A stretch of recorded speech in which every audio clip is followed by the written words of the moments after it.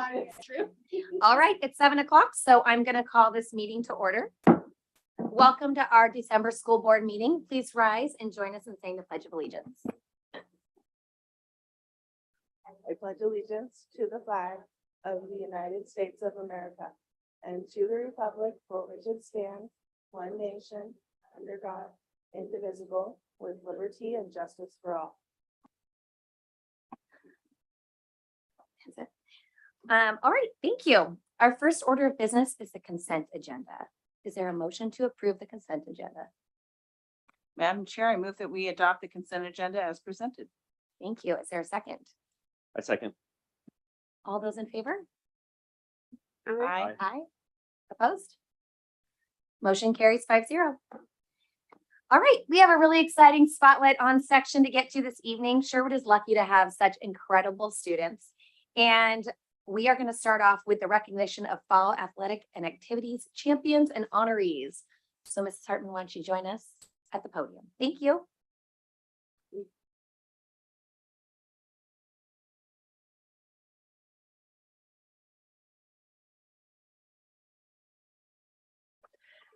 Superintendent Lyon, Board Chair Hawkins, and School Board, thank you for having us here tonight.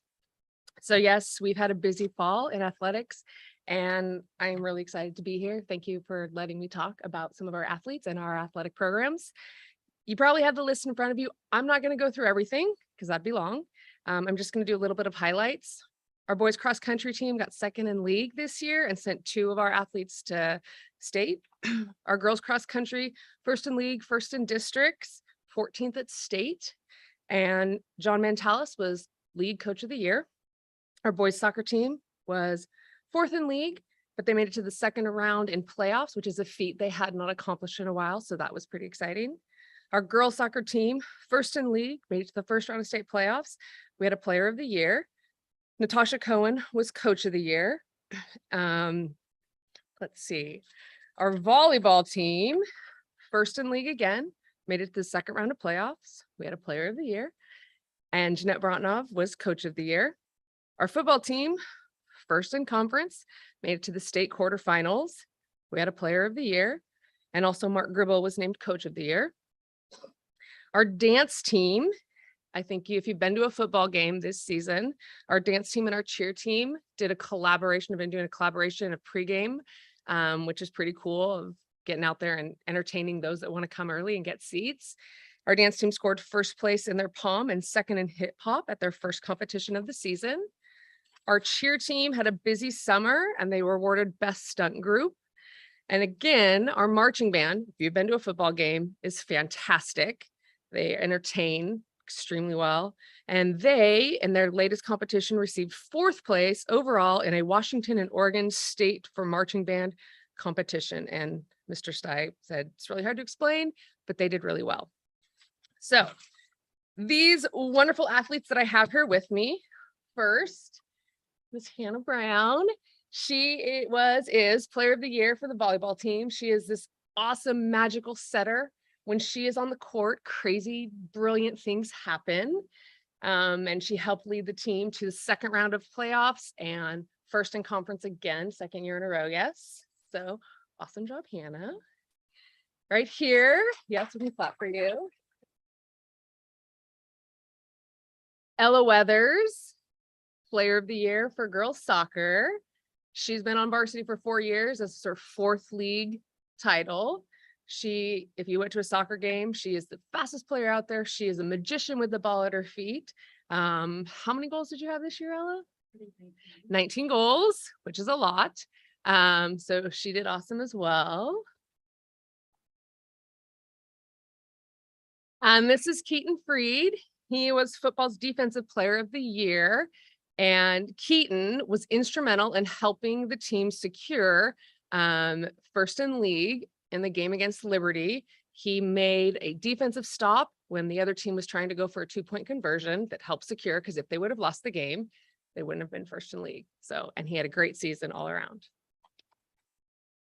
So, go ahead and shake their hand. And that is all for us.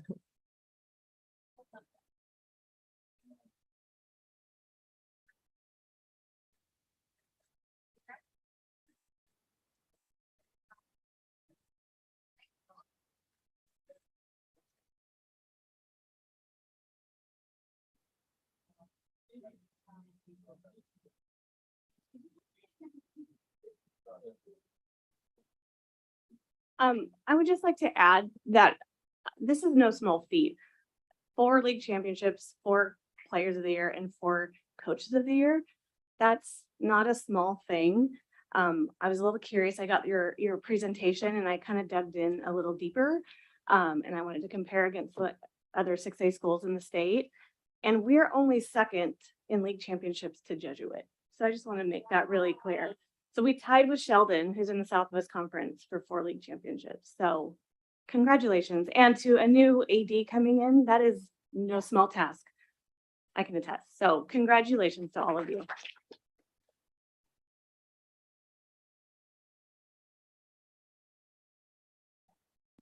Yes, we are so incredibly proud of you guys and all the athletes here. We have amazing programs here. We're really lucky and really amazing coaches.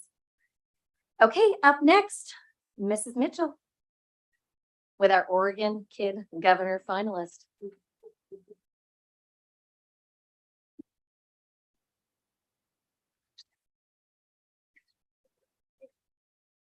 Good evening, Dr. Lyon, Board Chair Hawkins, and Board of Directors.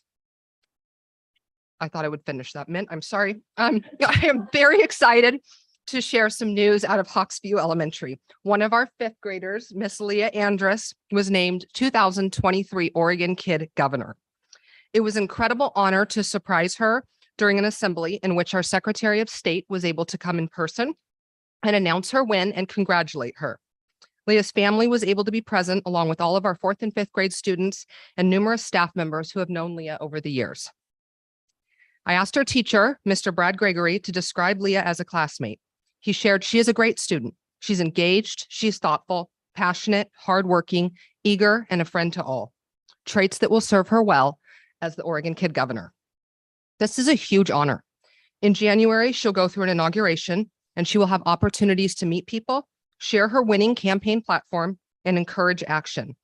She will do this by actively working with her Oregon Kid Governor team to create resources, tools, and videos that inspire action among constituents and students. She has her own cabinet, and she will attend and lead cabinet meetings, write blog posts about her term, and participate in programs and events. It is often that local and state officials work to build relationships with Oregon's Kid Governor. They've supported the platform and have collaborated on projects and initiatives. And I hope we can do that as a Sherwood community, and we look forward to definitely doing that as a Hawksview community. Before I invite Leah to share a few words, I first would like to share her campaign video with you.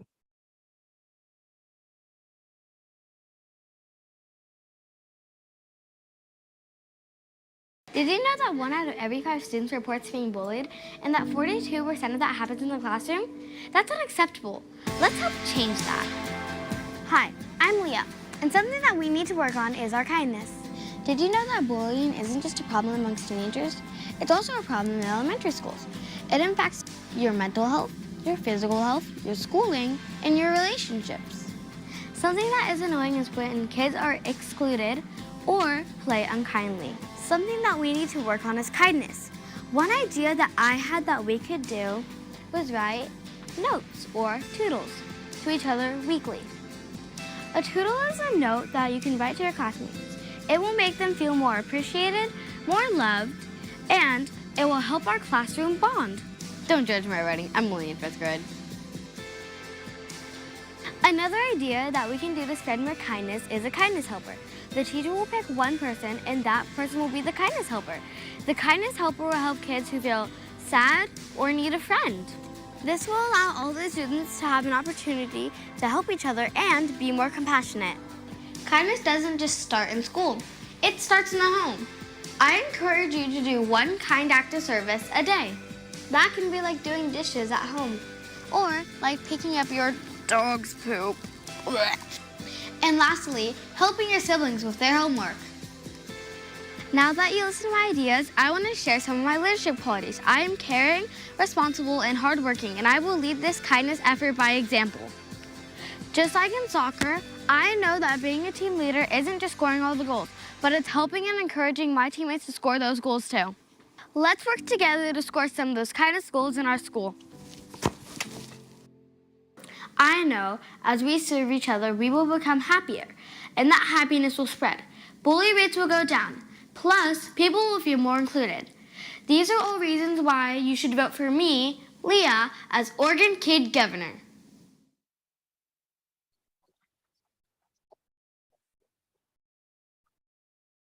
And for those of you who don't know about the program, this is something the fifth grade teachers at Hawksview really rally behind each year. And the kids go through sort of a campaign, and they decide they want to run, they decide a platform, and the teachers teach them about that process. And then they share their platform and their videos with their peers, and then everybody participates in a voting process.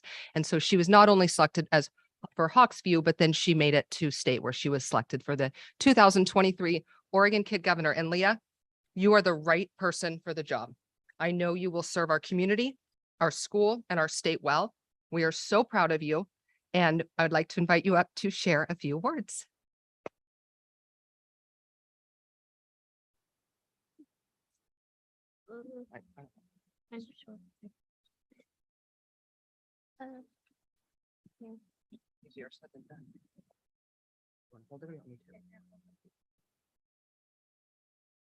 Hello, school board members.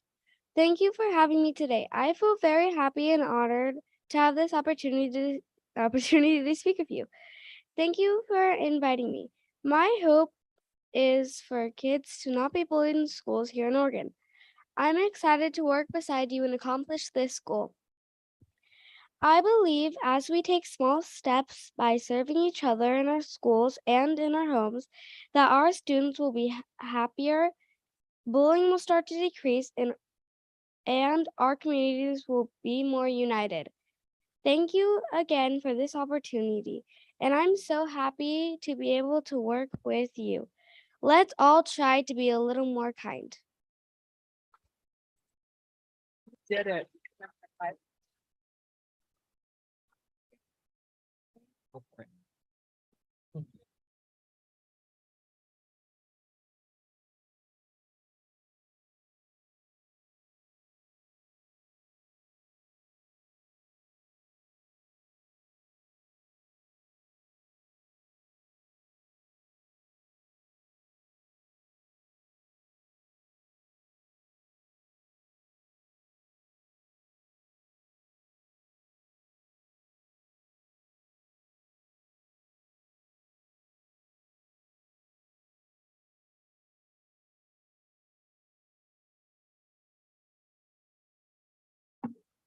Not to further embarrass Leah, but I coached her mother on the dance team at Sherwood, so, and they're in the audience, so.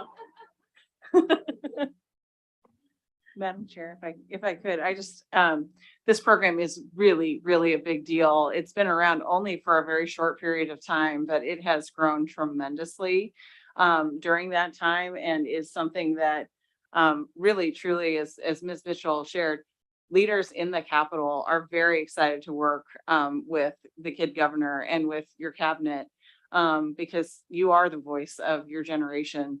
And we fully expect that people like you will end up in those seats. And I spend my day in the state capitol lobbying people, and I'm looking forward to lobbying you in the future. So good luck. Have a great year. It's going to be really amazing, and so excited that you're carrying such a positive message in your message. Leah, you are such an inspiration, such a tiny little amazing student in our district, and we are so proud of you.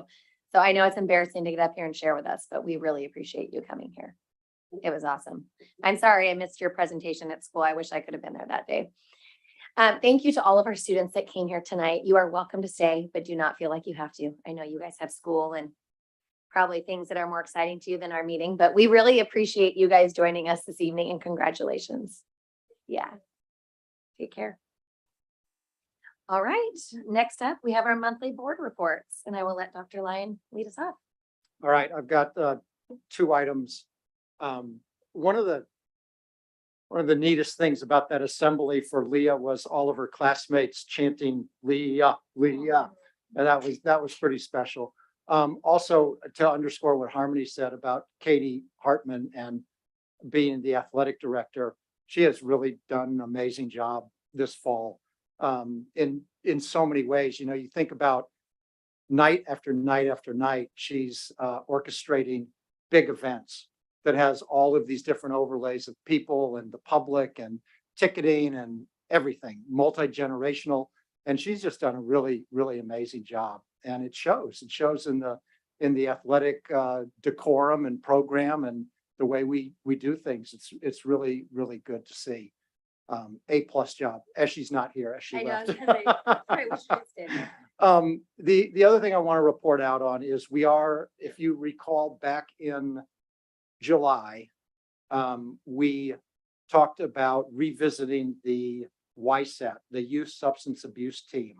And we have been kind of working on some other things, but we're now ready to do that work. And there's two pieces to the work that are forthcoming. One is the original governing document is an IGA between the school district and the city. And it was signed in 2014. And we need to review and update and recraft almost every part of that IGA, just the governing document. For example, in the IGA, it describes that the governing board will meet quarterly. Well, I don't think that's ever happened. Maybe it did back in 2014, but it's fallen off. And I understand people change roles and these things kind of drift. And this one is drifted by a lot. So I am working with Keith Campbell, city manager. We are putting that governing board back together. It will involve one board member. So I need a volunteer who will serve. And my goal is not quarterly meetings. My goal and the logic is that we don't need to meet quarterly. We need to meet annually to review the procedures that are put in place in our schools with the YSAT team.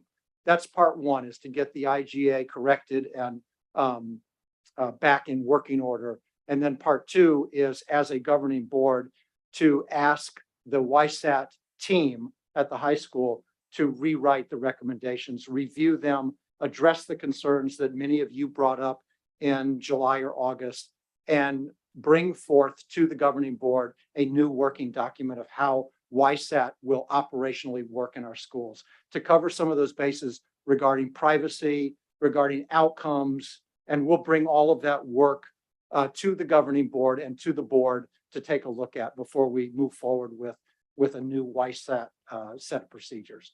So I just wanted to update you on that. That work has begun, and we're excited and eager to do that work. That's excellent. Thank you for the update. Does anybody have any questions about that? Or no? Volunteers? We'll get to that. Okay. Oh, okay, okay. Maybe not in the meeting. All right, we'll lead up with Ms. Paisley. Do you have a report for us? All right, so as Mrs. Hartman just touched on, we had a great fall season and our winter season started this weekend. The boys and the girls basketball team both placed first in the Bill Gable Invitational at Tigard High School. So that was exciting. We closed on Tuck Everlasting, our fall production, and we're starting the winter play, Romeo and Juliet. And that's going to be in the first week of January, I think. Tomorrow there's a winter band concert at 7:00 at the high school, I believe. And next week we have our canned food drive, and we're working with the Tualatin Food Bank for that. And we also, so for our Sparrow Lincoln, we met our goal of 300 hours and we raised over $3,000 for him and his family. And for those of you who don't know, our Sparrow is like a local kid that has a serious medical need that schools adopt in order to help them out and help their family out.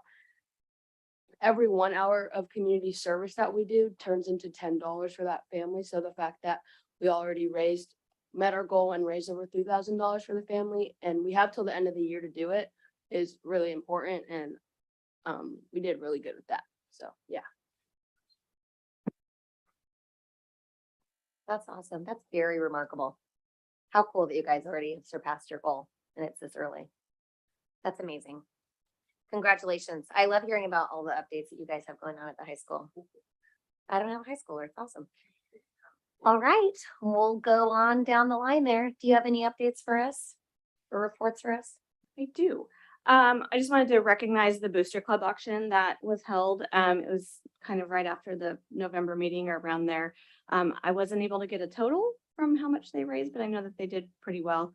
And then the Veterans Day brunch at the middle school. I know everyone was very happy to have that come back live and in person and have extended family members who served come and be there. And I think they had a fairly large turnout. And so that was really, really good to see. I was able to be at the Kid Governor crowning with Dr. Lyon. It was special to me just because I know Leah's parents and her mother. And as she went, they were actually both graduated from Sherwood. So that was fun to see that. So that was a great day for her. And that was it. And I know the Booster Club, I think, still needs 1 million more volunteers. So if you're somebody out there who wants to volunteer, the Booster Club is definitely looking for help. All right, Director Lee. No updates for me. I just want to second how special it is to have so many wonderful kids and parents in the community and Sherwood. It's this is probably the best part of being a board member is getting these reports and just reaffirming what we already know about how special this community is. So that's great. There's no doubt about that. All right, Director Adamson. I just want to recognize that we're at that point where we're kind of wrapping up the midpoint of the year, and just that I'm hope that the community takes an opportunity to go to kind of the winter concerts and the games and all of that happens at this time of year. It's really special to see all the kids engaging in the community, being there to support them. And then I just also really want to wish staff a restful holiday break. I know it's been a lot coming back this year and we've been through a lot as a community this fall, but I hope that all the students are able to take some time and just really reset, and that staff and the team really has an opportunity to do the same so that we can come back in the new year and get ready to get back after it again. Director Thorne. No board report for me tonight, but wishing everybody a very Merry Christmas. Well, all right. I know I second what you're saying. I mean, I think Thanksgiving break for so many people was like a sick break. It seemed like so many staff members were sick, kids were sick. I talked to so many people who said they spent the entire break sick. So that's really unfortunate. And I'm hoping everyone got it out of the way and actually gets to enjoy Christmas. It's freezing outside. So I'm like, maybe somehow we'll actually get snow. It would be incredible. So I too would like to wish everybody a very Merry Christmas and a restful break and a wonderful holiday season. We normally would have public comment next, but I believe we have 0 public comment tonight. Is that correct? Okay, that's correct. Yeah, we've had no signups or submissions. Okay, so we have no public comments this evening, so we will move on to information and discussion. And Gary Bennett is going to present to us a financial update detailing some changes in our fiscal process.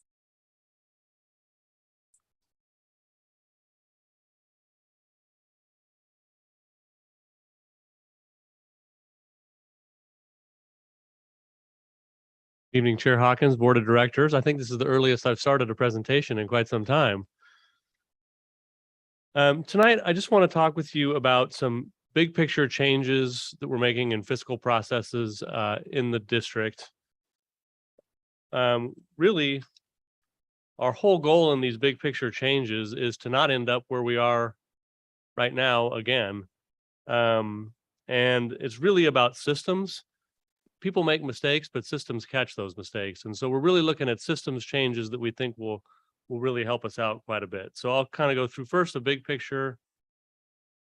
It's just not turned on. There we go. There we go. That's what we're after. So really kind of put into 3 areas. One is really around, can you hear me okay? Is the microphone okay? Increased transparency. Really, that's a big one with both more detailed financial reporting and a little bit deeper engagement with the board and budget committee. We really think that'll make a big difference. Increased capacity in the fiscal department, just adding capacity to that department to do all of the work that's required of them. I'll get into more of that in a little bit. And then some technical changes as recommended by our consultants. I'll talk a little bit about some of those tonight. The first one is really about increasing transparency through our financial reporting, making sure we have clearly expenditures, which we had before, but also a revenue side, also prior year numbers to give context, like what did our budget look like last year and how we doing this year relative to that, to try to provide some context so there's not numbers in isolation. And then a narrative section to kind of bring not only the board up to speed on sort of whatever the oddities of the month are, both good and bad, and things happen in the fiscal department almost on a daily basis where there's things changing and prices of things or an unexpected expense or unexpected revenue or whatever the case may be. But not only will it keep the board apprised, but our budget committee members who don't attend every meeting will have a chance to stay apprised, and anyone in the community who's interested. And then the other piece, we have done quarterly fiscal reports at board meetings before. That's been one of the things we've done, but I think it's important to go deeper than we've gone before. Certainly bring in the enrollment updates and the legislative updates and things like that, but also kind of get a little bit more granular about our situation here in Sherwood and where we stand, and give the board an opportunity to ask questions. So that's the first change, is really just on the reporting side, a little more detail and a little more clarification. And feel free to jump in with questions anywhere along the way. I'm sure. Yeah, so Gary, I think one of the things that would be really useful in the narrative section, particularly around kind of the expense side of the ledger, though again, that wasn't what led to us being here. But I think one of the things that would be useful for the board to understand is kind of what are the major drivers of changing expenses? Like what are we seeing and where are those occurring, so that we can have a better sense of if there is additional controls that we can put in place, that, you know, how likely are those controls to be effective? If, you know, what we're facing are large increases in, you know, fuel prices or in the cost of paper, or, you know, factors beyond our control, or the price of curriculum. You know, is that where we're seeing variances that are beyond what was anticipated in the budget? Or is it, you know, things where we do have more control over? And I think that would be, just from a fiscal practice standpoint, it'd be helpful to identify kind of what are the top drivers of increased costs, and maybe what are the top factors in increased revenue changes. That's largely what I was thinking. It is a good point. I didn't think about that distinction of separating within our locus and control and without, because one thing we're facing now is obviously increased fuel prices, especially like natural gas to heat the buildings. You know, we're seeing increased costs in that, and electricity charges. Those aren't really within our control other than turning down the heat. But Yeah. you know, there are other things that are. So I think that's a good point. Thank you for that. I appreciate that. So one, you know, this big issue of the numbers that were being presented to the board weren't the actual numbers. And, you know, the fund balance didn't really have that balance. How does one verify that what is being reported going forward, that what is being reported to the board and the community is the actual numbers? I mean, are we still relying on just what we're told, or how do we go and verify that? Well, Do in you the get- monthly reports, the numbers were actually accurate. In the monthly financial summary that came out, those numbers were accurate. They just didn't include a revenue side that showed that that's where the problem was. So those numbers coming out of our financial system, those numbers were accurate. The forecast was off, and you know, that kind of gets into some stuff I want to talk about a little Okay. bit later in this next slide. But part of it is, let me get into the next slide, and I think I'll answer part of your question. But just to be clear, the financial reporting that came out, I never came up with any of those numbers that were inaccurate. They simply didn't report all of the numbers we needed. Where we got the inaccurate numbers reported were in like the budget committee presentation that were forecasting for next year. They weren't like actuals to date. Does that make sense? Yes, no, that makes sense. I don't think I phrased my question correctly, but I'll wait for you to get through it. And then if I still have the question at the end, I'll ask Okay. it. Yeah, I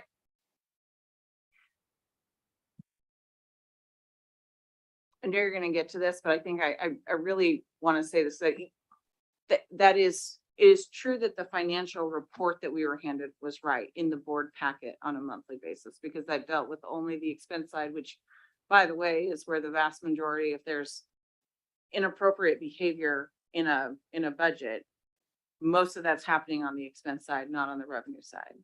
But the numbers that we were presenting when we had quarterly reports and when that occurred, the numbers that were given to the board had the problem that Chris has identified. And I do have some questions about that, but I want to give you a chance to go through your slide first. I think that's really important because we were not given accurate numbers when we were given financial report updates that included the revenue picture. And that is That's a correct. massive problem. Massive problem. And so that sort of gets to the next piece, and really the third bullet on this talks to that. And it's really changing the nature of the way that the presentation is done to the board, because done for the board and the budget committee, because you are correct that the numbers you were given in the budget committee meeting were straight up inaccurate, and they caused all of us collectively and the people who adopted the budget to adopt a budget that was not a sustainable budget. And so one of the things that I think is important to do is engage more deeply with the board and the budget committee. So that starts by just making sure everybody understands big picture and more school specific, district specific education and how the budgeting process works. Another thing that we need to do is really incorporate our prior year audit into the process. An auditor's job is really to make sure that our financial statements represent accurately the financial position of the district. And what the district's job is to dig into that audit and take a look and say, based on the previous year's audit, based on the current year's actuals, is our budget numbers making sense? And does this fit into what's being proposed today? And that would be done as part of this process. And then when we get to the budget committee process, I think we need to make some changes and get into more detail than we've gotten into in the past. We were at a very high level of detail, very summary level of detail. And as I've looked a little bit at other districts, they have gone more deeply into the weeds. And I think providing more context for the numbers and more detailed numbers will be a backstop against that. I would challenge us to think too about whether this has caused massive disruption. And not because folks here that are here today, this is not a lack of trust in that, but I believe that we are at a point in this community where we need to verify, we need to provide reassurance that we've had second and third looks at this. I agree with all of these recommendations.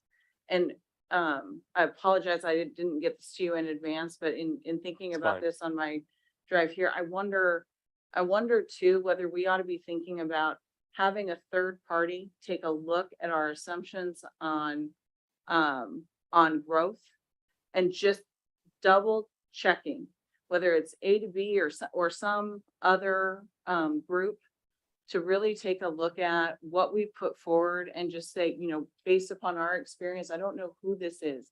We talked about, that an audit is a look backward, and we need someone to be able to take a look and a look forward and say that meets that reasonableness test, that we've had a third set of eyes that know what they're talking about in terms of school enrollment and forecasts, look at that and say, yeah, that's something that we view as something that can be, that this is reasonable based upon the assumptions and what you see in front of you. I think that is a way to help start to rebuild trust, that I think is really, really important.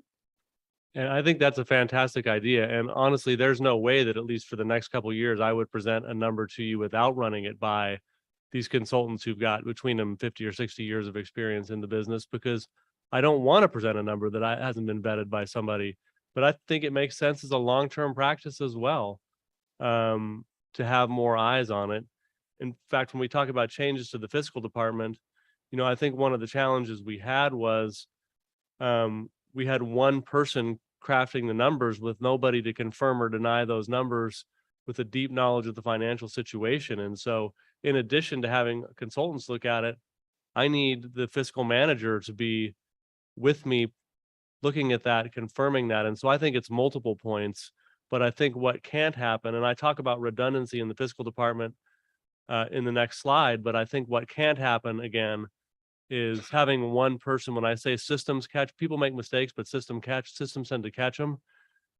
Any one of us, and I've talked to a lot of business managers who've also told me that something like this can happen, and you have to develop systems and redundancy to make sure it doesn't happen. And so I think having outside consultants verify those numbers, I think having someone else in the fiscal department verify those numbers, I think that's the way to go about it. I could not agree more.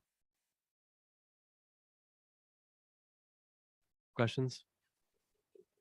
You just look like you have a You can see question. the look on my face. So as far as this audit goes, you know, I'm still, I've seen, you know, results, or should I say vague summaries of one audit, right? It's my understanding there's different levels of audit that one can do, that one can contract out. So are we going to, is there an understanding that we're going to do the most thorough, detailed audit going forward, and that the board, instead of getting some sort of summary, will get the actual whole picture? In this the audit? future, we will likely go to a comprehensive annual financial report instead of an annual financial report. It's a more detailed, more thorough report that takes a deeper look at our financials, and then that gets vetted by a third party. My understanding is the main benefit of that is that helps us in future bond campaigns by improving our credit rating. But it is something we plan to do because we need to improve on that area. But the thing is, even with that level of audit, auditors still have to stay in their lane. Their job is not to make recommendations to us about what to do or what to change. It's just simply that these financial reports accurately represent the financial position of the district, and there's been no cooking of the books. And then it's not their job to interpret the books for us. Does that make sense? But they can come out with findings where there are problems with the books or problems with management and things of that nature. And if there are, and that's part of the reason you go through that. But we are planning on going back to that. But the audit for the current year that we're working on will not be that level of audit. It will be in future years, we'll be able to go to that. Because the public is listening in, and this is a subject of great interest, I want to ask the question that Director Thorne just did. Why? And can you explain how long it takes to prepare a CAFR? I know that that is the comprehensive annual financial report. I know that that is very substantial work and takes quite some time. The audit started. That's something that my understanding is it generally starts in the spring, and we're sitting here at the end of the year and it needs to be completed. We are coming to the close of the audit cycle. We didn't engage with our auditors up front to take on a task like that. Is an incredibly time-consuming process. And it's something we would need to have informed our auditors about much earlier on. And just as a side note, auditors across the state are so backed up right now that there are worries at the state level that many districts will not be able to get their audit complete by the January 3rd deadline, which is when it's due and needs to be submitted to the state. Because just like all other industries, auditors are short-staffed right now, and our auditors are behind as well. So there's no extra capacity in the system. If that makes sense. I just want to be sure that the reason that we're not doing it isn't because we aren't taking the situation seriously. It is in fact because given the time constraints we're under, it is impossible to complete this year. But my understanding as well is that once we get the audit back from our current auditors, that it will be reviewed by the consultants, and we'll again take a deep dive on not only what was presented to us, but what we're doing moving forward, as well as other. That's correct. And we'll actually go through the financials of the audit with the board, which is something we haven't done in the past. We've gone through the summary level where the auditors come in and told us we've done a good job and we've crossed the T's and dotted the I's and our reports were accurate. But we'll actually go through those financials. And there's even some standard questions out there that boards are prompted to ask and should be asking of staff that get into those financials and make sure that they have the information they need to understand. And if when we met with our auditor, you know, she showed us how to walk through a couple of past audits, and you could see our financial position changing if you looked deeply into those audits. And it was something that that's that's something we will put in place, that won't be able to sneak past us again. Does that answer your question? Yes. Thank you. Okay, did anybody have any more questions about this? I sort of went through this a little bit randomly. I think the last piece is just on the changes to the budget presentation documents. I truly believe by giving the board and the budget committee more information and more context, it will also help to avoid this by bringing in certain components of the audit and going through and changing the way that looks. And I've got some work to do around that. I've done a cursory look at what other districts done. I haven't gone deep, but I do have some contacts of other business managers who are more than willing to help, and I will learn from them and get after it.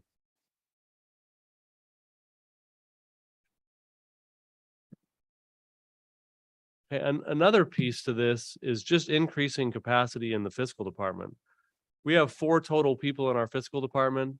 Most districts our size have 5 to 6 people. The team that I work with works incredibly hard, and they take a lot of pride in cranking out an unbelievable amount of work. I mean, the amount of work they do and the pace at which they work is amazing.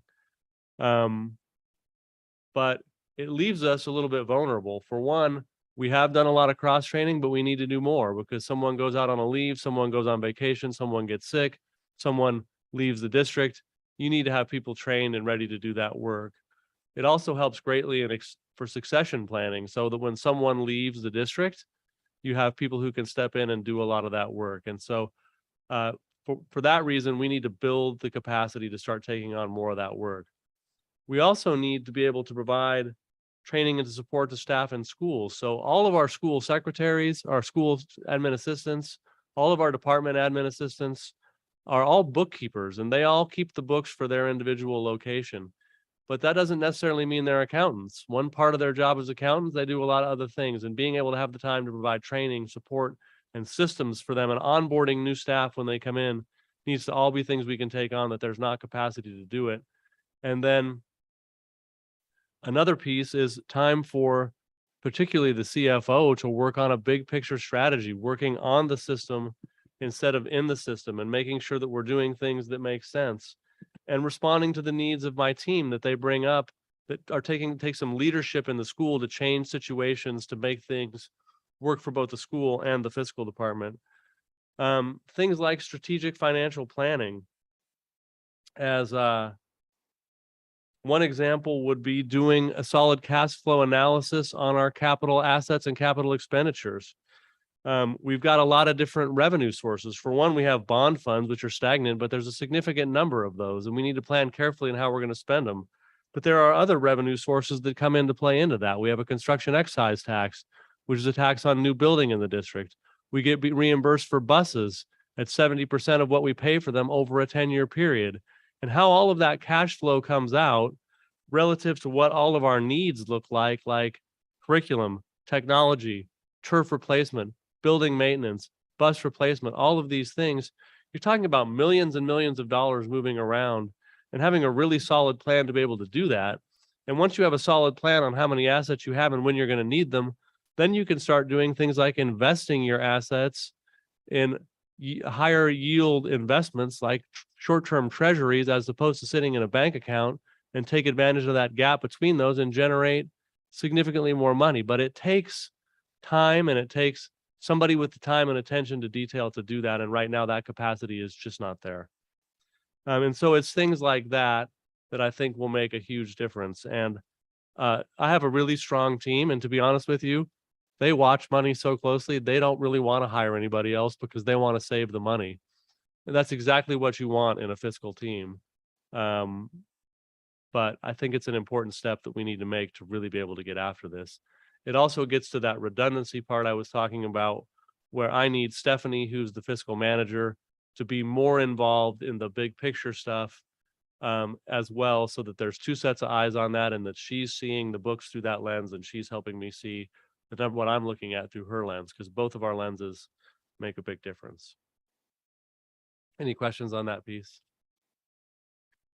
I did think it was important to be clear why in the middle of a budget crisis, we were talking about adding another staff member. Do you have a timeline of when that staff member would be added?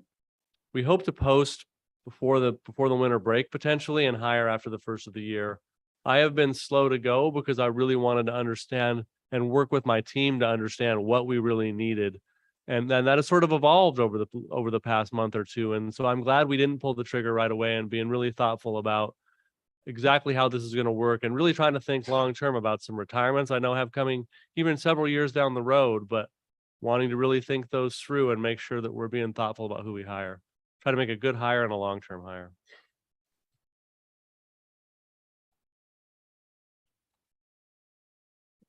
Okay, technical changes.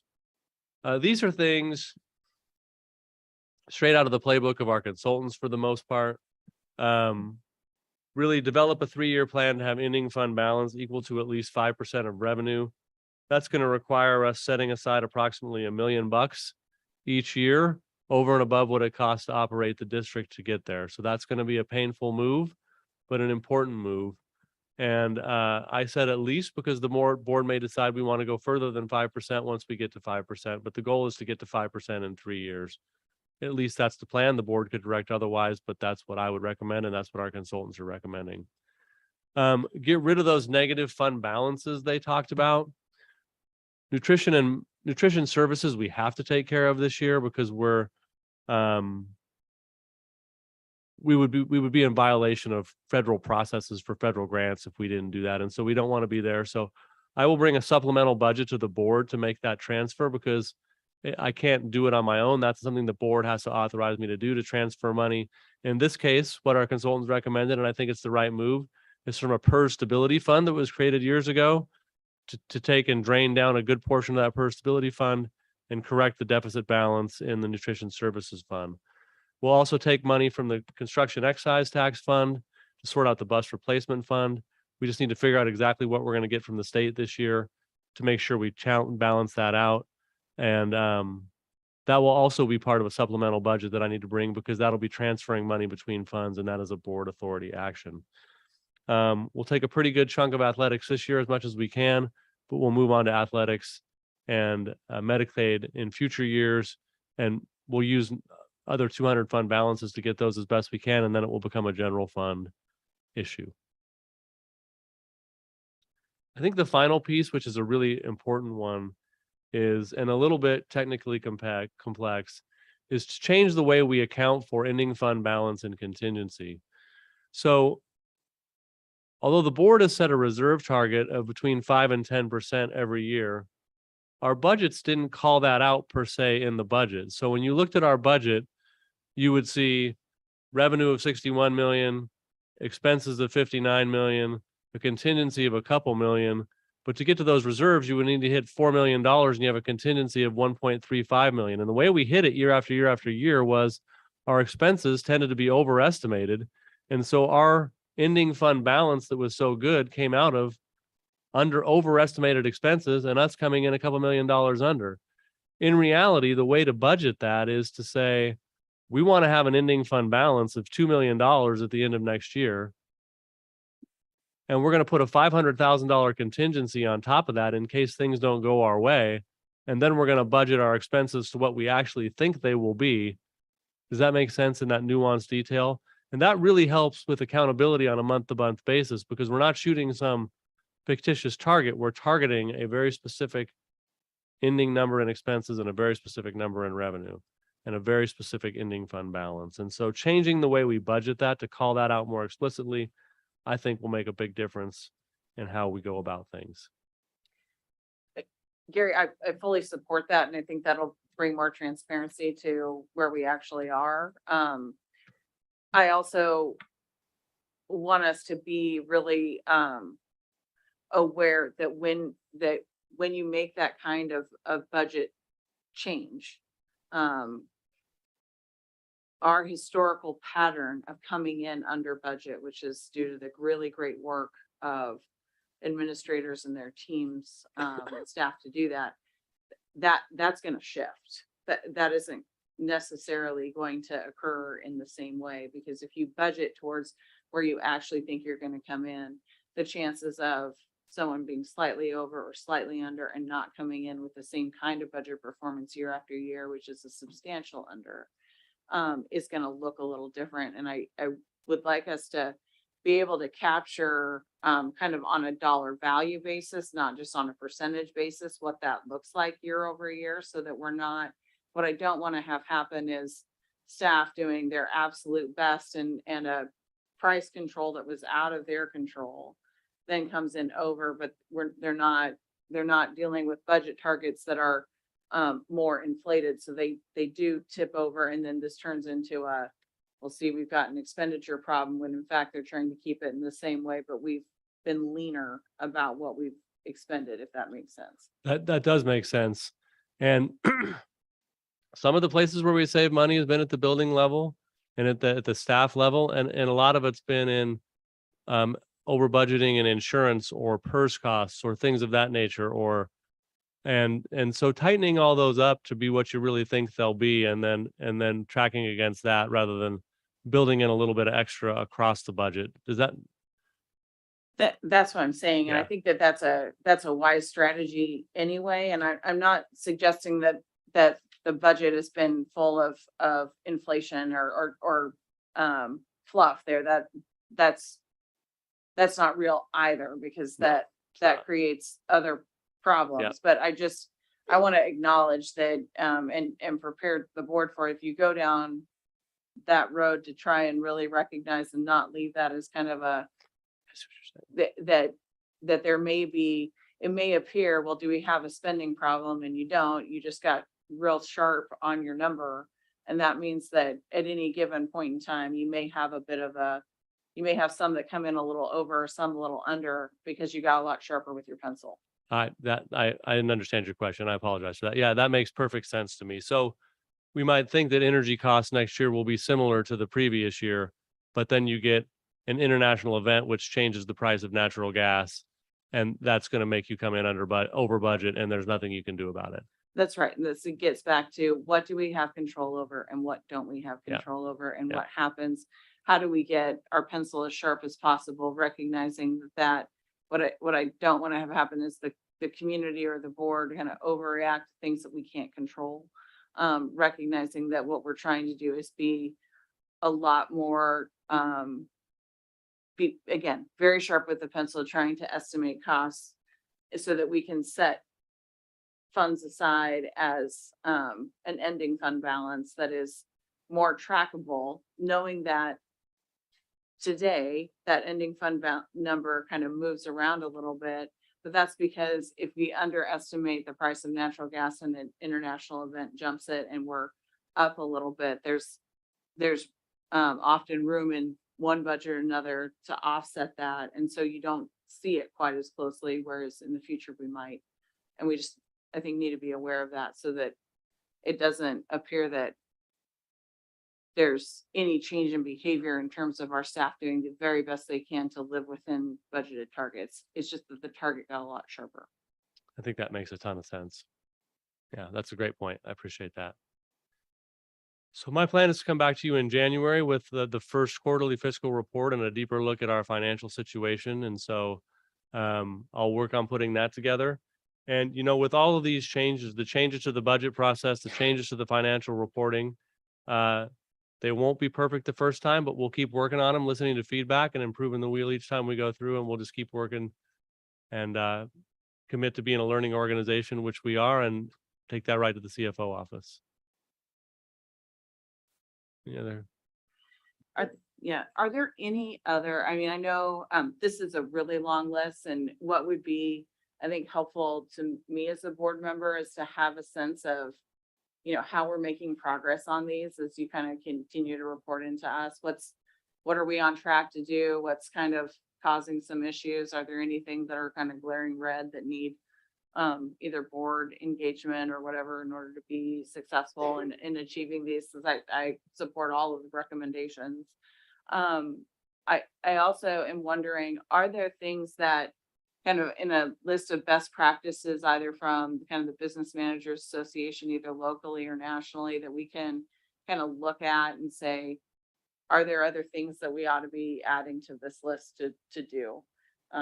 If such a list exists, and how do we kind of tap into that expertise to figure out, are there any other things that we're missing that we should, while we're making a bunch of changes and doing a better job, that we ought to be thinking about as well. I appreciate that. And I have been working to engage in network with other local business officials. And I have to say, it's about the most welcoming, inclusive group. People are just sort of more willing to help each other than I've seen in many other professional organizations I've been a part of, and willing to drop what they're doing and help out at a dime. And so, and people share things at will. And so I have the capacity to do that. And I will need to do that in order to do well in this job, which is my intent. Thank you. I don't have any questions. I just wanted to thank you for all the work that you're doing, you and your team, to rectify this and to come up with a better plan going forward. It's a lot of work, and we're grateful. Thank you. Oh, thank you. It's good work. I enjoy it, and we'll get it right. Thank you. I agree with that. I know I've seen the work it's taken to kind of claw our way to where we're at now, and it has been not super fun for everyone to live through. So I know you have every intention of making sure we don't end up back there, and we really appreciate all your work. Okay. We have a few action items on the agenda we need to cover, so we will begin with Dr. Lyon, who will present a second read of the OSBA policy updates. So last month, we brought forward 23 policies, most of them required from OSBA policy updates. And this evening, I'm going to recommend to you that we pass those policy updates. One of the components that we built into this on first read, second read was to ask for any board member feedback on these policies. And this month, we received just one on policy ACB, and Director Lee was interested in talking about some of the language in every student belongs, which is a policy that's required from OSBA. So with that said, my recommendation is that we pass this slate of 23 policies at the wishes of the board. Do we have a motion? Madam Chair, I move that we adopt all 23 policies as presented by Dr. Lyon and his team. Is there a second? I'll second. Right, discussion? Okay. Discussion. You Okay. get. Yes, go I would for it. like We're that. not skipping you. Okay, good. Go ahead. Okay, thank you. So, thank you, Chair. So whenever the idea of speech and freedom of speech and regulating that comes up, I want to pay particular attention to it. We've enshrined the freedom of speech and expression into our U.S. Constitution and into our Oregon Constitution, and it really is a fundamental right in our society. And the restrictions in governing this right must not be taken lightly, which is underscored by actually just this last week, the Supreme Court is hearing arguments about free speech and free speech rights. They've spent over 3 hours hearing arguments on something that's far more detailed and driven by facts that we have here today. So, and they're a heck of a lot smarter people than I am, so they know what they're doing. And so most of this is, for me, is just cautions and concerns about this. I base this off of, I'm a strong proponent of John Stuart Mill's On Liberty and his argument of the freedom of speech. There's two components to it. It's not just the right of one person to speak, but also the right of the people to hear that speech. And so both rights, when you restrict freedom of speech, you're restricting both rights. And I get, so I want to be cautious about that. Now, the policies that are outlined, and it was actually it's a combination of both the bias incident complaint procedure and the Every Student Belongs, I find some of them can be problematic or potentially problematic. And so I wanted to have a discussion about that. I think there's probably 4 primary concerns I have about this. The first is the complaint procedure. It doesn't require anybody can make a complaint, even if they're not a party to the conversation. And so even if 2 people or have agreed on the dynamics and the procedures of having a conversation, a third party that's not involved with that, if offended or if they felt was problematic, can make a complaint about those people. And so that's and so I have a concern about that, because now somebody that was not part of that conversation can't stop a conversation, even though the 2 parties involved in that conversation agreed on the parameters and of that conversation. So that's one concern. The other concern, or second concern, is although the policy indicates that there's an investigation, there's no outline of what the investigation is investigating. In fact, in the OAR regulation and the policy itself, it has the outcome of the regulation already predetermined, meaning that you're to do an investigation, but then following that, you must recognize that there was harm done and acknowledge the harm. And that's, I find that problematic, because what are you investigating if you already have to acknowledge that there's harm being done? Therefore it defines the results in the outcome. In addition to that, it specifically recommends a re-education program as part of this intervention. And so that I find as problematic as well, especially because the investigation itself, for the premise of the investigation, is I find concerning. The third is the bias incident in the policy is one that does not rise to the level of legal intervention. Right? It specifically says these are incidences in which fall below that bar, but there's no baseline. So there's no catch at the bottom. With the legal, we have a baseline, but this one is specifically about incidences that don't even reach that bar. It goes below that, and there's no indication and no clarification on how low it can go, meaning what regulation and what speech or what offense can be regulated or addressed in this issue. And so this is, and it says specifically, and I'll quote, criminal investigation or prosecution is impossible or inappropriate and may include derogatory language or behavior. And there's just no limit to the lower limit. The fourth is actually as symbols of hate are defined. It gives 3 examples of symbols of hate, but they are all very specifically with white supremacist type of statements. Now, in this, and to be clear, this is these policies are rewritten. So this is already in, it's just a rewriting of it, but it specifically is broadening the definition of these. And it does indicate neo-Nazi symbols. Now, neo-Nazi symbols, I mean, that includes the number 13. That includes the number 100%. That includes 100. It includes 12, 14, 18, 211, 23, 28, 3. I mean, math is going to be really tough if this is seen this way. Like, there's so many different signs. How can you tell what it is? And yet it does not include, for example, the Chinese national flag. Like, I would say, if you ask a Uyghur Muslim if that's a symbol of hate, I think you would have a different perspective than somebody over here. It doesn't include what's the right hand closed fist, out facing closed fist. Now, the left-handed one is a symbol of the BLM.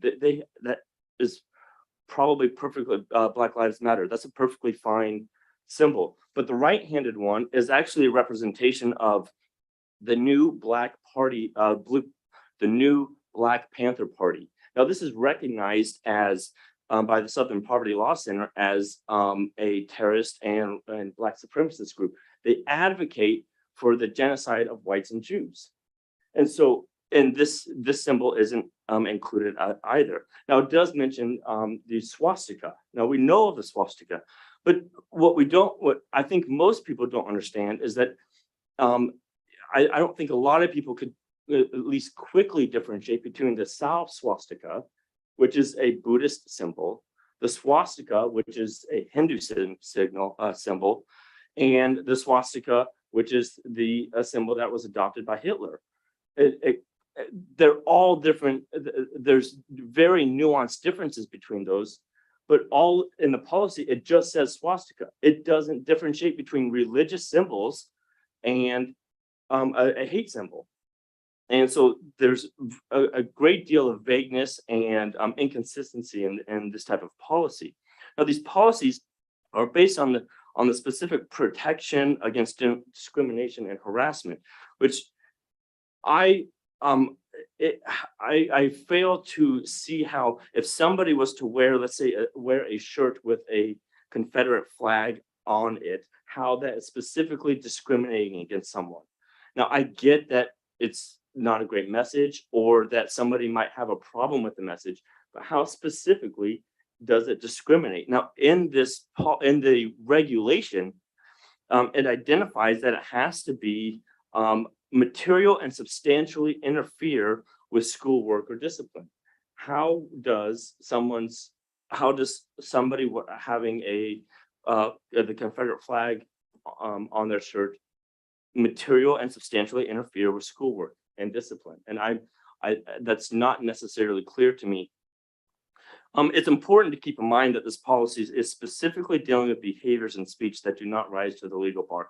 So I just want to be clear that this policy falls below the legal baseline, is broadened to include not just the target, but anybody who perceives the offense, is based on perceived group categories, is biased and has arbitrary symbols of hate, includes language and behavior, and is wrapped up with an investigation in which the conclusion and re-education are already predetermined. So the freedom to express oneself has to be respected. So I would say, as a caveat, and I hesitate to this because I can't believe I have to say this, but I feel like I must, that advocacy of free speech doesn't mean I endorse the speech. Okay, I just want to make that perfectly clear. Okay, a lot of these things I wouldn't support, but I do advocate for free speech. And I have a concern when there are agencies telling school districts, telling administrators to restrict students, and this is specifically for students' free speech and their ability and their allowance to speak freely. And so I have other examples and questions, but that's my position on this at this point. So what would your recommendation be for this particular policy? Well, I mean, I clearly have a lot of concerns. I don't know how to fix it yet. I think there's probably two things. One, I can recognize that I may not fully understand everything in it, so I'll allow for that. Okay, but I think that there are some things that need to be addressed in terms. I mean, certainly in terms of redefining and reworking the investigation. I think I find it quite problematic that if two people agree on having a conversation, because sometimes, and I think at times encourage our students to have difficult conversations with each other. All right, and I'm thinking probably in a high school age range, that they have difficult conversations and they might have to say things that a third party walking by, or a third party not knowing the context, not knowing that agreement, they might be offended by that. And so I have a problem with a third party being able to restrict that type of speech. I have problems with I'm not clear on how specifically some of these restrictions are going to address discrimination and harassment. We have policies and legal issues that address that already. And so this seems to be addressing behaviors that are below that bar. And I don't know how to resolve it yet. I mean, maybe I don't know. I would say that on that point. So I agree with a lot of what you said. You start to get into a lot of weeds when you're restricting speech and expression. And when you do read the policy, it's interesting that it does, stuff. When you look at, I have to watch my words here. When you look at a little bit of where we are and where things are going, and the conflict that has become so prevalent in our society right now.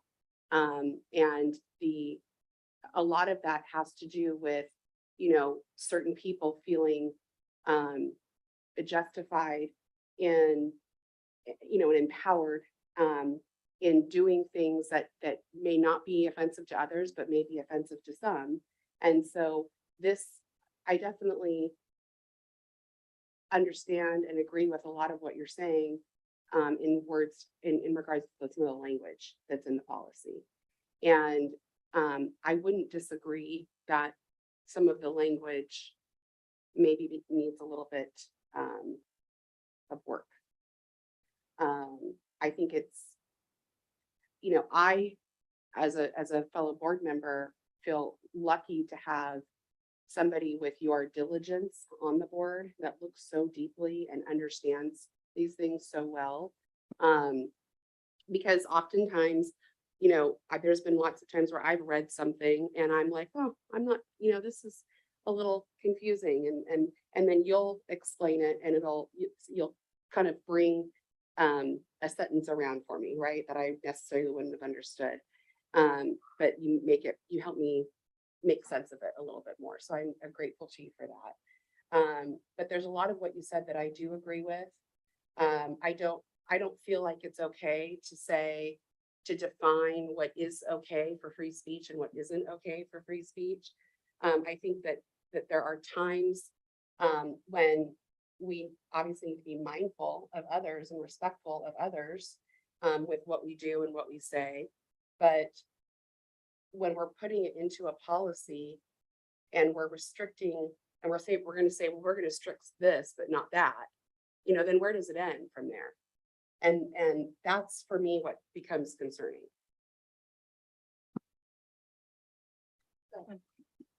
So just kind of a few thoughts that have come to me during this discussion. First, I'd start with just, you are right. There are free speech protections in both the US Constitution and in the Oregon Constitution. Oregon's free speech protections are widely regarded as actually broader than what is in the US Constitution.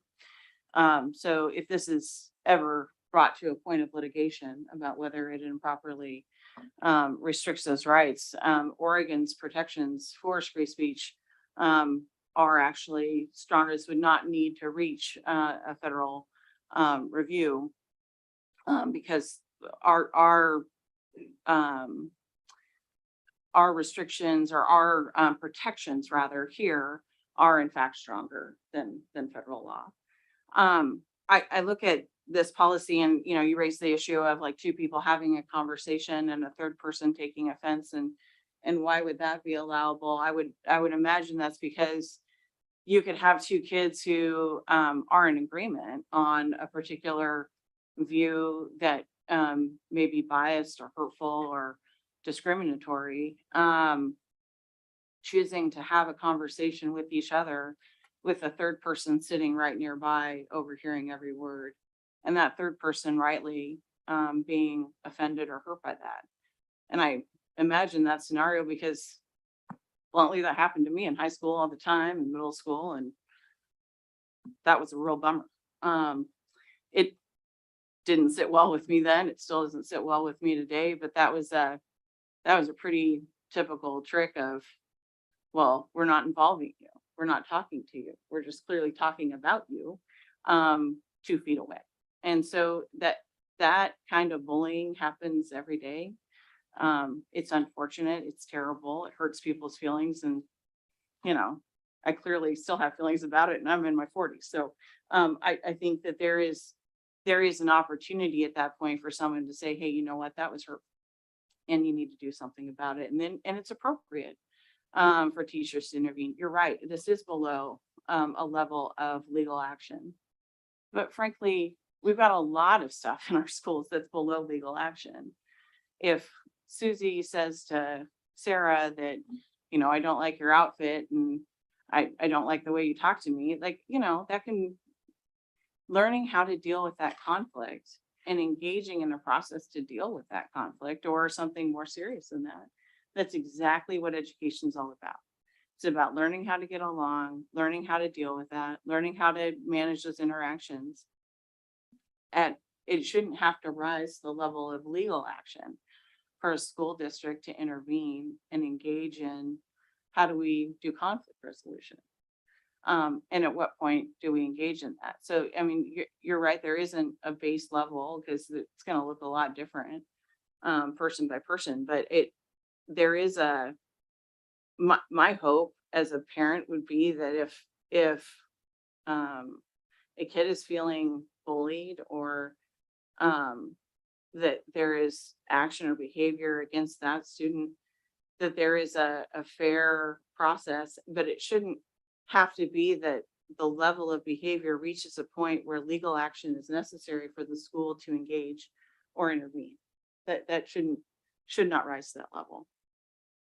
If we wait for that, we'll raise a generation of kids that are pretty disrespectful to each other. And that's, I don't think, what the Sherwood way is all about.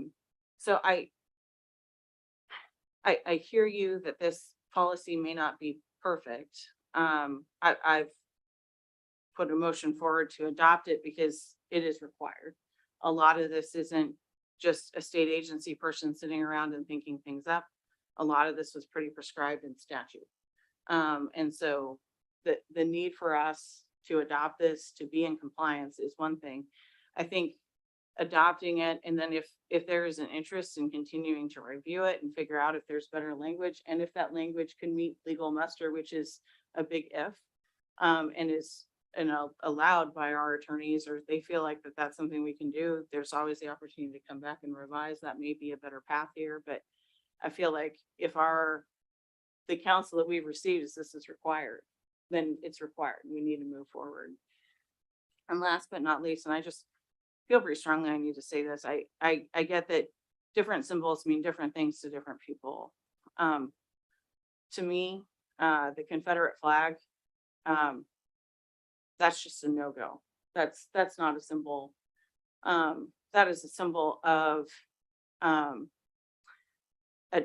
thankfully an entity that no longer exists, that encouraged states to join together to secede from this country, and was used in the 1960s, many years after the Civil War, to intimidate minorities in these communities. That is not a symbol that I agree with, that I think most Americans do. And if that creates feelings, and that's fine, but I don't think that of all the things, if you want to have free speech and share your perspective or wear a symbol like that doesn't feel like a symbol appropriate for school to me. And so I'm comfortable with it. Others might not be, but I that is just my position. I feel pretty strongly to share that. I don't think, I don't think he was saying that he supports it.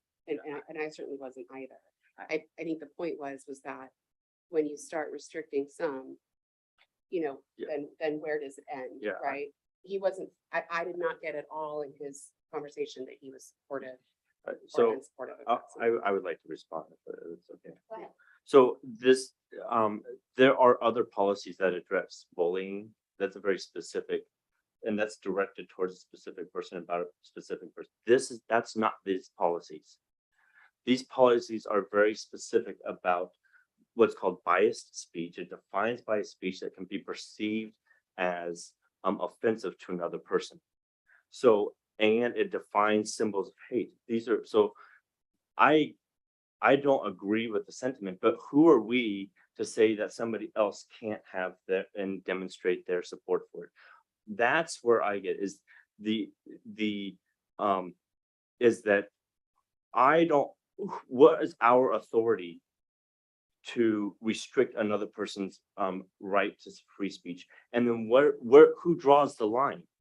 Who, I mean, what if I say it's a no-go for the any religious symbol? That's an absolute no-go, and that's my policy, and therefore it must be implemented. Who am I to say that? So I guess. Because religion is responsible for a lot of deaths and a lot of harm in some areas. And so why not say that's the case?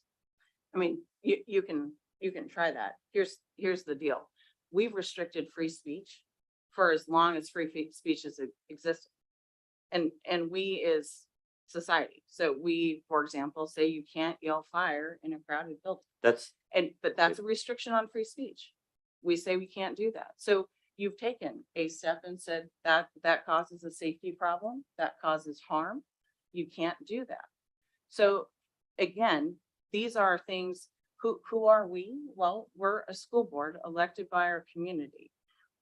What we're being handed here are a series of policies that the state legislature has adopted, that they have required every school district to adopt in order to receive funding. Okay. So we can say, I respectfully didn't interrupt you, so hold on for a second. So this isn't Jessica Adamson or Krista Thorne or Abby Hawkins or Jeff Lee or Harmony Carson sitting here saying, well, let's sit down and just draft a policy. That's not what we're doing here. We are handed this, it's passed in statute. Again, lots of opportunity to litigate this before the Oregon courts to determine whether or not this exceeds the protections for free speech or whether this fits within it. Free speech isn't just free everywhere. There are limitations on free speech, and you have to have appropriate justification that your speech isn't causing undue harm or disruption, which is what these policies fall under. The notion that what may be disruptive for you may not be the same as what's disruptive for somebody else. But if it's disruptive to the learning environment, that's not the kind of speech that's allowed in school. It's disruptive to the learning environment to yell fire in the middle of a crowded gym or a theater. And what the legislature has decided is that this is disruptive. I'm not willing to gamble our access to state funds on this. I think in general, this is pretty reasonable. And I just want to be clear, I'm not saying that I thought that you or Krista were saying that you were okay with the stars and bars. I have no idea where your position is or isn't on that, but I for myself feel strongly that that is an inappropriate symbol in school, and so that's what I was trying to express. I was not trying to. Okay, I don't want to interrupt. It's not my goal to interrupt either of you. I know this is an important conversation, but what I want to be mindful of is that when we are given, you've been on here way longer than I have, so you correct me if I'm wrong, but when we are given these policies, the reason we have a first read and a second read is so that we receive them. We have plenty of time to comb through them, ask the questions. I mean, not in a group setting, but ask the questions that we have, bring up any discussion or suggestions. If we'd like them to be rewritten, then we have the opportunity to find out, is that even a reality? Can that be done or not? So that when we all come back together, we can still engage in this discussion, but we know where it can also lead. Like, what are the possibilities here? Because I don't know that everybody listening at home understands that that's quite the way that works. And that's why we have two, first read and a second read. And so when we come in here for a second read, and it's the first time that we engage in this conversation, it's great that we're able to have this dialogue and people can hear us.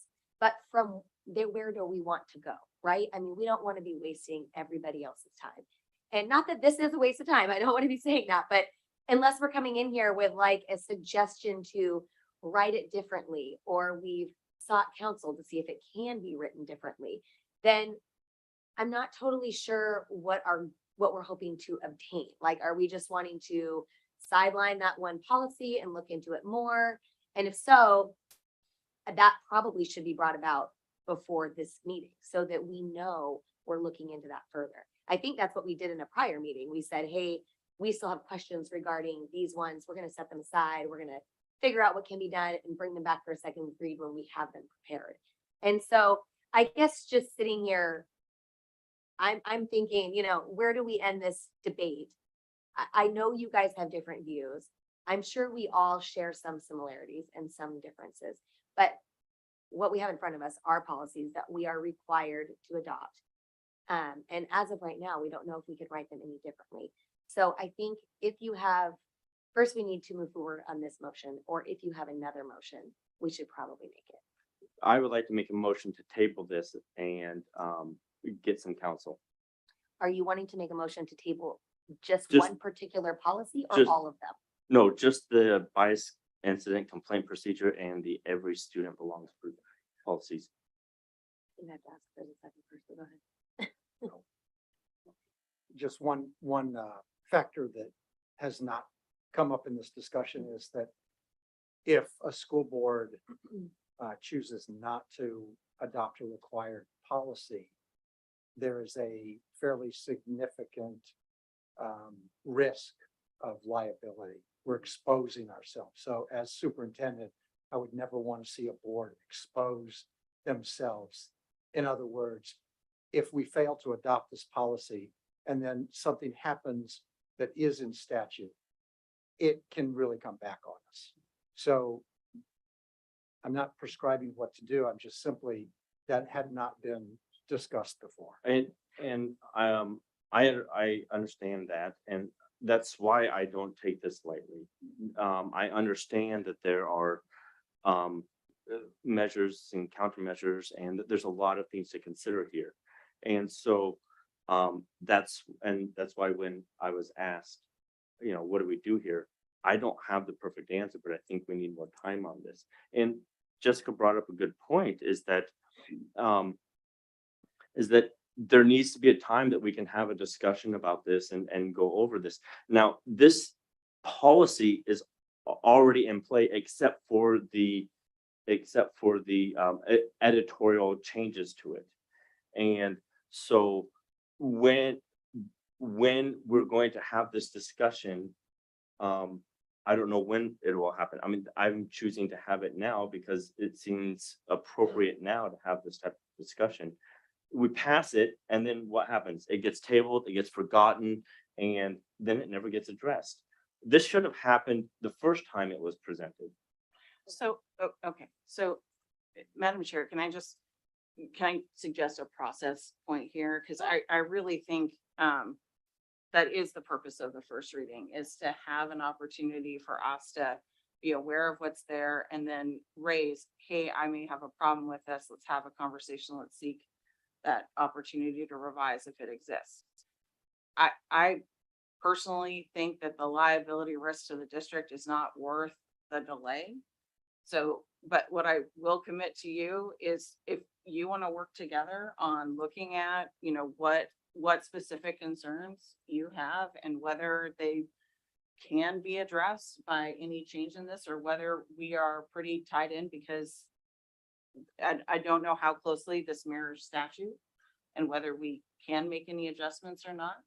I think that's a conversation worth having, and something that a board member or two board members together can explore, look at, and then bring back recommendations to the district to have them investigate with council and be able to kind of sort that out and figure out if there's a change.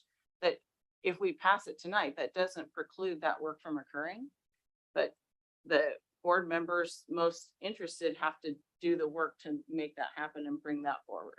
Okay, so and so I can appreciate that. I think there's two things, like I didn't getting a first reading and knowing the policy in depth well enough to know how to ask questions and what the questions are, I don't think is reasonable. I went through, I read the regulation, I went to the House bill that started this regulation, I went to the statutes that were cited in this regulation. So this took time to go through and try to understand and formulate reasonable questions. Now, that just takes time to do that. Now, is there when it says it's required, is there a time requirement on this? What is the let's say vulnerability if we push this off 1 month? My understanding of that policy is that we are already in arrears in terms of adopting it. And the policy has been completely vetted and written by attorneys that represent us, the Oregon School Boards Association. So it's already gone through a thorough match between legislative action and school district policy. And this policy was adopted in 2020. So that would have been the first time that it could have been talked about. And now this is simply wordsmithing to comply with statute, and it's been vetted by OSBA attorneys. So I don't know what the meaning of putting it off for a month would do, but I do really question whether that's where we want to spend our energies in terms of our own legal counsel when it's been thoroughly vetted by OSBA attorneys. And we can have conversation about it, but really as an advisement of what a school board should do, the best course of action would be to adopt it and then have the conversation and pursue the way that you wanted to, look at free speech versus the making sure that our schools are providing that safe place for every single student. And what are some of the things that you were discussing? Okay. That's the input that I would offer. That's fair. And that's fair. Now, with these attorneys, they're attorneys that have the school board and the school district's primary interest in. Absolutely. Okay, so what attorneys reviewed this that had the students and their free speech interests primarily interested? The same. Those attorneys had their interest as well? It seems like, so what I'm thinking about is we had attorneys that were looking out for the interests of the school district. Their role is to protect the school district and advise on the school district. What I'm asking is what attorneys were looking out for the students and their rights to free speech? Who vetted it with that perspective and that obligation? I don't know without talking to those Yeah. attorneys, but my entire experience with Oregon School Boards Association and other state school boards associations is they really do both. Okay. Their primary function is to take legislative action and translate it into what works for schools. And in what works for schools is not only protecting the school district, but is promoting the best practices to protect students and to ensure good learning outcomes for students. And so I do have that trust, but we can ask those questions regarding those attorneys. But they are here to serve us, and as part of that, very much the students. Okay. I'd just like to say that I appreciate your forensic lens on what you're doing with the policy. I do think, though, it is not worth sticking our neck out as a district, as you say, putting it off for a month and it gets lost, which it never would get lost because it needs to be passed in order for us to receive full funding. So I think that we need to pass it. Those two things, looking at it forensically as you'd like to do in the future, those two things aren't mutually exclusive. We can do both. We can pass it and we can still look at it at the same time if that's what you want to do. So, thank you. Thank you. Okay, right now we have two motions on the table. I'm not an expert in the Roberts Rules of Orders, but I'm pretty sure we have to You have to deal do something with both of them. Yeah, So, so he's made a motion, yes, but it's an improper motion because it wasn't a motion to amend my motion. so we So go with if you- yours first. Well, unless he has two options. He can withdraw it and put a new one on the table, try and get a second, see if he can pass it. Right. Or you can withdraw it and we can move forward with the other motion. Really up to you. What would you like to do? I think at this point, Mhm. I will withdraw my motion. And we can move forward with the passing of it with, and I will just, I guess, take it on confidence that this issue will not be swept under the rug. I don't want to see it swept under the rug either.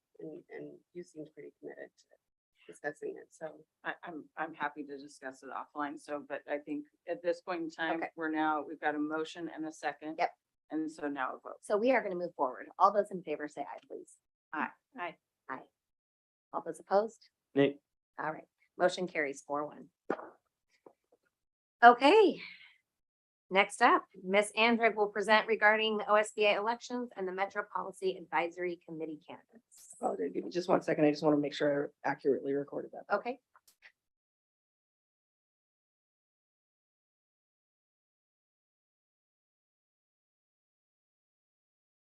You need the motion restated? You're good? Okay, Got it. Sorry, just you guys talk faster than I can type sometimes. sorry. No worries. I just want to clarify, was that a motion for just those two policies or for all the policies? All the policies. Oh, okay, I'm okay with the other policies. No. The recommended motion was to adopt all of those policies. Okay, I don't know how to vote. Okay, here you go. What you want to do is a vote explanation. You want to say, Madam Chair, can I do a vote explanation? Okay, Do you know what you're Madam Chair, may I explaining? do a vote explanation? Do you know what you're explaining? Yeah. what Okay. you're I'm gonna say get now. help. Okay, go for it. What you can say now is that you support all 21 other policies and would have voted yes, but you have concerns about these two. And so your vote was about those two. You're fine with the other. Okay. My vote, I'm fine with the other 21 policies. I'm just concerned about these two policies. And that's the only nay. I vote yes on the other ones. Thank you for your vote clarification. There It has been recorded and noted. Okay, I don't know where we'd be without you. Nope, I got that one. Okay, I don't know if you know where to go from here, but it's your turn, Ms. We're Andrick. gonna figure it out. together. All right, Okay, 7B. So tonight I am bringing ballot measures from the OSBA elections. OSBA regularly asks its member districts, which we are a member district, to vote on positions for their boards and advisory committees, as well as items such as this time there is legislative, I believe it's called, sorry, the legislative priorities and principles. And so that those documents were presented in your agenda, and those are items that kind of inform OSBA's approach to the legislative session. So tonight, our board is being asked to vote on 3 items within the elections. The first being the nomination of Susan Greenberg to the position, board position 15 for OSBA, and the nomination of Maureen Wolf to board position for OSBA position 16. I just want to note both of these candidates are the incumbents and both are running unopposed for those positions. And then the third vote would be again for those legislative priorities and positions. Following those 3 item votes, we will submit 1 single ballot on behalf of our district to OSBA based on the results of your vote. Madam Chair, I move that the Sherwood School District Board of Directors vote yes for Susan Greenberg for OSBA Board of Directors position 15. all right, do we have a second? Yes, I'll second. All those in favor? Aye. Aye. Aye. Opposed? Motion carries 5-0. Madam Chair, I move that the Sherwood School District Board of Directors vote yes for Maureen Wolf for OSBA Board of Directors position 16. Is there a second? I'll second. Wonderful. All those in favor say aye. Aye. Opposed? 0. Motion carries 5-0. Madam Chair, I move that the Sherwood School District Board of Directors vote yes to adopt the OSBA legislative priorities and principles as presented. Is there a second? I second. Wonderful. All those in favor say aye. Aye. Opposed? Motion carries 5-0.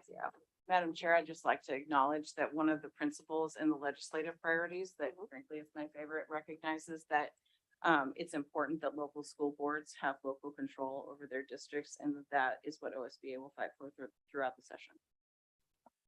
Thank you. All right. All right. And you have our next one as well, I think.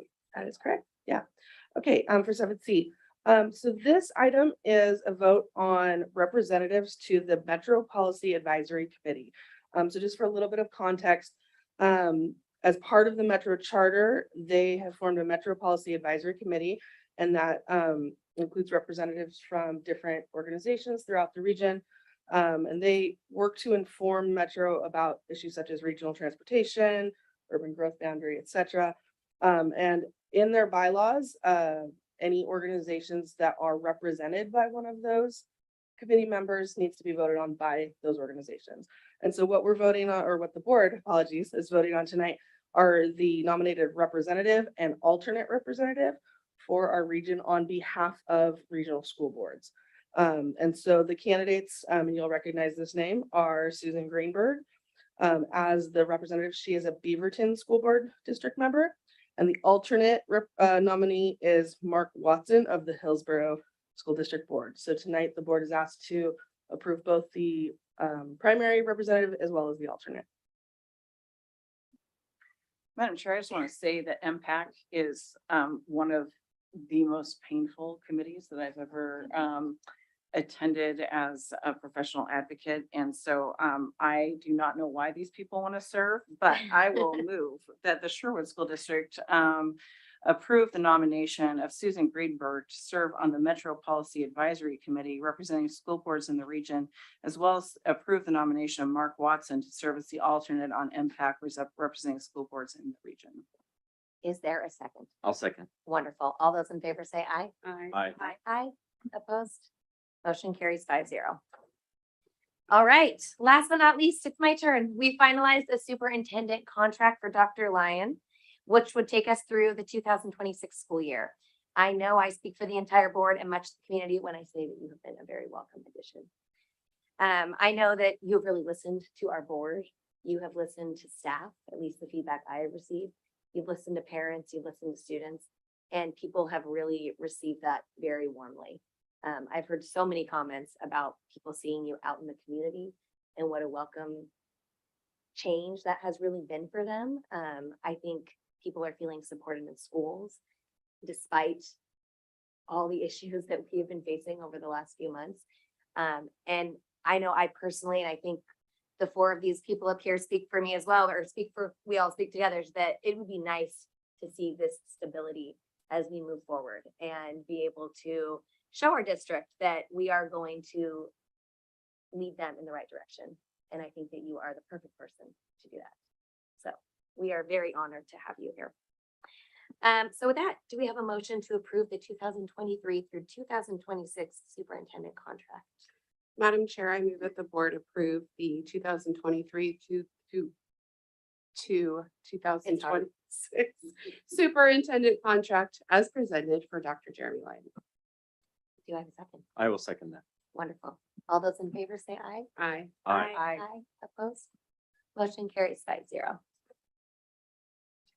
And I would just like to say thank you for your support and trust. And, you know, the day I walked in this district, we talked about the need for community engagement. And we talked about how the work starts now. And I think that this move this evening really allows that stability and pushes us to this next step of continuing even more so the transparency that we all expect and want and the community engagement. And community engagement is also about tough conversations because that's where we are right now. And we have a lot of issues in our schools that warrant tough conversations. And I think that the responsibility that we have, and certainly you as a board carry that every day in this community, is to engage all those viewpoints and have those discussions and talk about outcomes that are for the best outcomes that we can give our students. And the idea that we are a family is very real in Sherwood. It is a really special place. And it's just nothing other than a affirmation process of how wonderful this district is. You know, part of leadership is to get the right people on the bus. And I look to my left and I've got just an incredible team that is so supportive. And in the audience as well, we have top talent in this district, which is very much to the credit of the people who have been here in the past and built this, because we have a very strong team. We have a very good board. We have a coherent board. And we've got all those pieces in place that really can activate that. And we do this for Paisley. We do all of this for Paisley and her fellow 4,699 students. And it's just a real joy. And what I love about Sherwood is you see it every day in every act, a commitment to our students in our school district. There is no challenge that we cannot overcome. So I am very honored, and I take this work very seriously, but really the key is, you know, to be in the present and enjoy these moments with Leah and our athletes. You know, that boy who made that tackle, that was significant. That was one of the most remarkable plays in football that you will see. He saved the season. He shot through the line and tackled that quarterback in the backfield on the last second play. And it was amazing. And that's why we're here, for that and so many other reasons with students. So I appreciate the support, and we are really going to get after it now. So thank you. Well, that's a happy way to end this meeting. Right? We have no other public comment. And our next board session will be held on January 4th. So that wraps up our public meetings for the end of the school year. I know we still have other work to do, but from us, happy holidays and happy new year. And we'll be back in January. Thank you. This meeting's adjourned.